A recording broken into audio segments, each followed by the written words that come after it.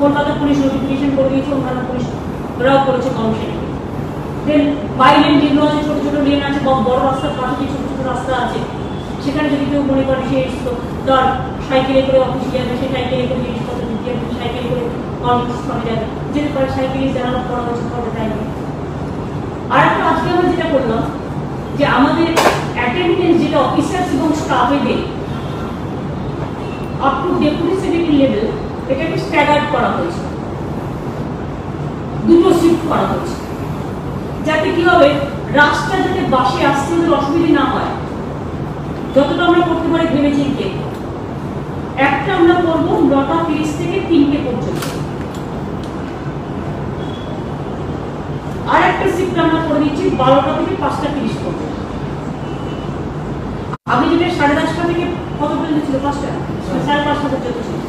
আগে যে শিফটটা ছিল অনলি 10:30 থেকে 5:30, সেটাকে আমরা দুটো ভাগে ভাগ করলাম। ইভেন গ্রুপটিও তাই আছে, ফরঅল দুটো শিফট করলাম। ভালো করে বুঝুন, সরকারি কর্মচারীদের জন্য আমরা 10:30 থেকে 5:30 যেটা ছিল সেটা দুটো ভাগে ভাগ করলাম। 9:30 থেকে 3টে পর্যন্ত একটা শিফট, আর একটা শিফট করে 12টা থেকে 5:30 পর্যন্ত।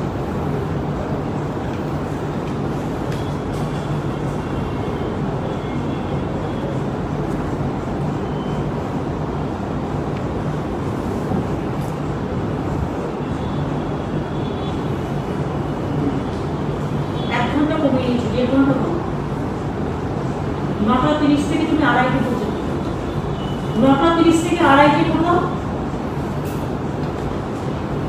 আর এটা তো অল্টারনেটিভ ডেতে আসছে, তা আর একটা তুমি 12:30 থেকে 5:30 করো। তাহলে কি হলো, এই দুটো ভাগ হয়ে গেল, ফলে একসাথে বাসের দিকটা হবে না, টাইমিংটা একটু চেঞ্জ হয়ে যাবে। তবে সাথে সাথে ট্রান্সপোর্ট ডিপার্টমেন্টকে বলে রাখতে হবে যে অফিস যাত্রীরা এই সময়টা আসতে পারে, সুতরাং এই টাইমগুলো একটু লক্ষ্য রাখবে। এবং আমরা মনে করি যে সমস্ত প্রাইভেট সেক্টরে কিছু আমার যেটা অ্যাপিল, যে যাদের ক্ষমতা আছে, যারা পারে, চেষ্টা করুন ওয়ার্ক ফ্রম হোম থেকে যারা করতে পারে তাদের অ্যালাউ করুন ওয়ার্ক ফ্রম হোম থেকে করতে। যেখানে একান্তই উপায় নেই, ওয়ার্ক বাড়ি থেকে হয় না, অফিসে আসতেই হচ্ছে, সেখানে তাদের তো আসতেই হবে। সেক্ষেত্রে যদি আপনারা এটা 100% না করে আপনারাও যদি এভাবে স্ট্যাগার্ড করে দেন এবং 50%, 70%, এটা আপনাদের ওপরেই ছেড়ে দিলাম। এটা আমরা একটা অ্যাপিল করছি যে এটা যদি আপনারা, আমরা যেমন দুটো ভাগে ভাগ করলাম, এরকম আপনারাও যদি একটু ভাগাভাগি করে দেন, তাহলে একসাথে ভিড়টা হবে না। আর 2 হচ্ছে হাতেও তারাও টাইম পাবে, এবং 100% ধরুন আপনারা অল্টারনেটিভ হিসেবে যদি কাজটা করান তাহলে সুবিধা হবে। তাহলে অনেকটাই যানবাহনের যে প্রবলেমটা হচ্ছে সেটা কিন্তু অনেকটাই মোটামুটি হবে না, কষ্ট হবে, যেহেতু একটা খুব সংকটময় সময় চলছে এবং মানুষ সহ্যও করছে, সেহেতু মানুষের দিকে তাকিয়ে এই সিদ্ধান্তটা আমরা নিলাম। স্কুল কলেজ যখন চলছে সেখানে একটা বড় সংখ্যক, তারা তো কেউ আসছেও না বা তাদের আসতে হচ্ছে না, এটা একটা বড় সংখ্যা। তারপর ধরুন লোকালি যারা আছে তারা লোকালি করে দিচ্ছে, এগুলোও হচ্ছে। সুতরাং এইটাই আমাদের আজকে বলার ছিল। আর এখনো পর্যন্ত আমাদের এখানে 11 লক্ষ পরিযায়ী শ্রমিক এসেছে। আমরা আগে বলছিলাম 225টা ট্রেন, এখন বলছি 255টা ট্রেন। তার মধ্যে সব ট্রেন এসে গেছে, 22টা ট্রেন এখনো বাকি আছে। এই 22টা ট্রেন আসবে 2-3 দিনের মধ্যে আশা করি। তাতে আরো 30,000 লোক আসবে এবং বাদ বাকি বাসে ট্রেনে যা আসা এসে গেছে এবং আরো 30,000 লোক এখনো ট্রেনে আসা বাকি আছে। সবাইকে বলবো ভালো থাকুন, শরীর সুস্থ রাখুন, মিলেমিশে থাকুন। আর 100 দিনের কাজটা আপনাদের থেকে আমরা ডিএমদের অনেকবার বলছি, আবার বলছি, বেশি করে বাড়িয়ে করতে হবে। অলরেডি 100 দিনের কাজ শুরু হয়ে গেছে এবং প্রায় 1.5 কোটি ম্যান্ডেট অলরেডি হয়েও গেছে। লকডাউনের সময় 30 লাখ ম্যান্ডেট হয়েছিল শুধুমাত্র এমএসএমই থেকে। 100 দিনের কাজ যারা করতে চায় আমরা বলবো লোকালি তাদের করা উচিত। যদি বাইরে একটু আসেন, 7 কোটি ম্যান্ডেট এর মধ্যে হয়ে গেছে এবং 100 দিনের কাজ যারা করতে চাইবে সেখানে যারা লোকালি করে প্লাস বাইরে যারা এসছেন যদি স্কোপ থাকে তাদেরও করা এই করতে। আর আপনাদেরকেও বলবো যে আপনারা একটু লোকজনের কষ্ট হয় বা এখানে সেন্সিটিভিটি তৈরি না করে একটু প্লিজ কোঅপারেট। আর সবাইকে একটু বলুন, এটা আমি চ্যানেলগুলোকে বলবো বিশেষ করে যে সবাই যেন মাস্কটা পরেন। অনেকে আমি দেখছি মাস্কটা পরছেন না। মাস্ক পরে কিন্তু কথাও বলা যায়, দেখুন এই মাস্ক পরে কথা বলতে পারছি, কোনো অসুবিধা হচ্ছে? শুনতে পাচ্ছেন? মাস্ক পরে কথাও বলা যায়। কি করবেন এখন যা সময় এসছে সবাইকে পড়তে হচ্ছে, এটা আমাদের একটা জামা কাপড়ের মতোই একটা বলতে পারে সঙ্গী হয়ে গেছে। আর যেটা বলবো সেটা হচ্ছে বিয়ে বাড়িতে আমরা 25 জন করে অ্যালাউ করেছি, ধর্মীয় স্থানে 25 জনের বেশি অ্যালাউ করা হয়নি একবারে। তো নিজেদেরকে একটু নিজেদেরও দেখতে হবে, বেশি গাদাগাদি করলে লোকের প্রবলেম হয়। ট্রেন সার্ভিসটা বন্ধ হওয়ার একটাই কারণে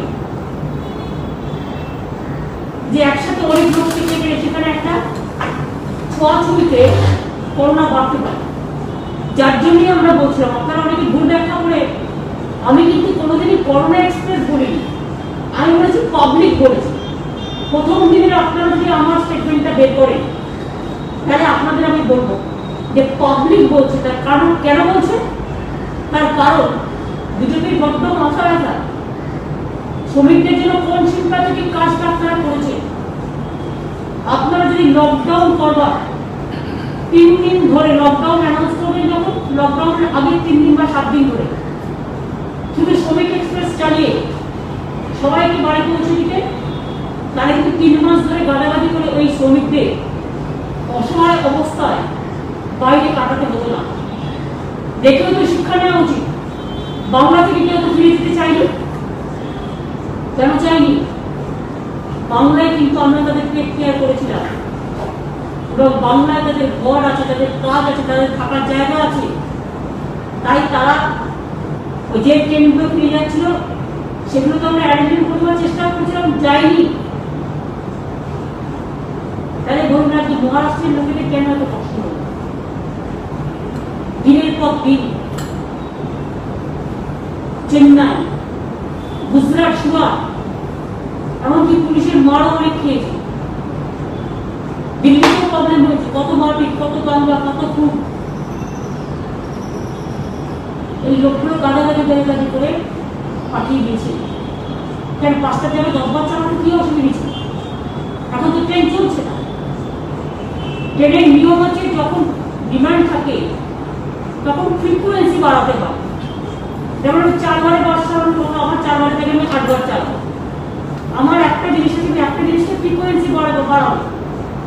সেটা না করে যে ট্রেনটায় 1200 আসার কথা, কখনো কখনো সেটা 2000 লোক পাঠিয়ে দিয়েছে, 2500 পাঠিয়ে দিয়েছে।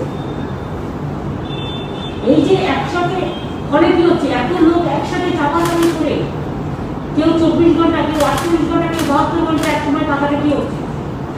এটাই তো আপনাদের কথা ছিল, প্রচার ছিল বিজেপি পার্টি, যে একসাথে অত লোক ধর্মীয় স্থানে গেলে কেন? এটা আপনাদের আগে থেকে একসাথে নেওয়া উচিত ছিল। সেটা যদি অন্যায় হয়ে থাকে তাহলে আপনি নিজেই অন্যায়টা কেন করলেন? কেন ভালো লোকগুলোকে আজকে বিপদের মধ্যে ফেলবেন? কেউ আজকে ভুগছে, কাউকে হয়তো আগামীকাল ভুগতে হতে পারে। আমরা সরি যে অনেক জায়গায় মাইগ্রেন্টের এসে কিছুটা অপেক্ষা করছি, কিন্তু একটা জিনিস আমরা করেছি যে সব টেস্টটা স্টেশনে নেওয়া হচ্ছে, সেটা নিতে গিয়ে এক একজনের 5 মিনিট করে টাইম লাগে। আর তাতে হাজার হাজার লোকের কত মিনিট টাইম লাগে বলুন? 3 দিন জার্নি করে এসে তার পক্ষে ওইখানে আবার দাঁড়িয়ে সব টেস্ট করানো, এটা অমানবিক।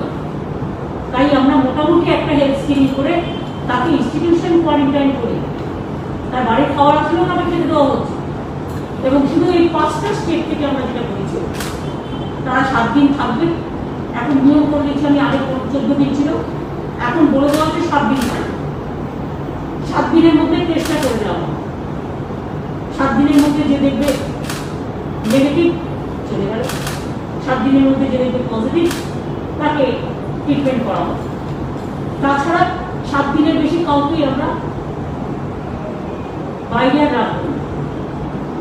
এটা আমি আমার সিএস অলরেডি ইনস্ট্রাকশন দিয়েছি এবং আজকেও আপনাদের আমি বলছি 7 দিনে যারা থাকবে কাছাকাছি জায়গায় 7 দিনের মধ্যে টেস্ট করে রিপোর্ট পেয়ে যদি যান খুব ভালো, রিপোর্ট না পেলেও চলে গেলে আমরা রিপোর্টে যদি দেখতে পাই কারো পজিটিভ হয়েছে, যদি দেরি হয় কোনো থেকে, আশা করি আপনি দেরি হবে না। আগে আমাদের ল্যাবের প্রবলেম ছিল, মাত্র 2টো ল্যাব ছিল যখন করোনা হয়, এখন সেখানে আমাদের 28-30টা হয়ে গেছে, তার মধ্যে ছোট ছোট কয়েকটা আছে, কিন্তু অন্যান্য রাজ্যে ল্যাবের সংখ্যা 55-60টা দিয়েছে, আমাদের দেয়নি।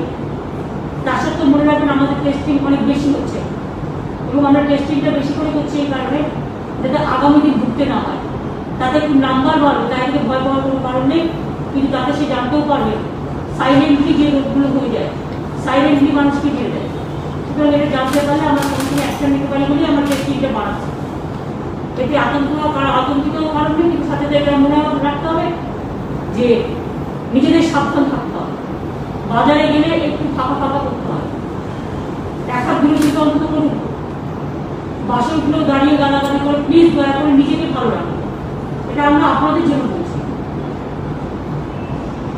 হাটে যান, বাজারে যান, যে যেখানে যান, আর 9টা থেকে 5টা পর্যন্ত তো সেন্টারে লকডাউন করা আছে। এটা ওরা কারফিউ বলেছিল, আমরা কারফিউ করিনি, আমরা লকডাউন, ওরা কারফিউ করে রেখে দিয়েছে। তো যাই হোক, সেটা 15 তারিখ থেকে করা আছে, আমাদের 30 তারিখ পর্যন্ত লকডাউন বাড়িয়ে দিয়েছে। আমাদের 9টা থেকে 5টা পর্যন্ত বাইরে না বেরিয়ে ঘরে থাকা, নিজেকে সাজা, এই তো আর তো কিছু। ঠিক আছে, থ্যাংক ইউ।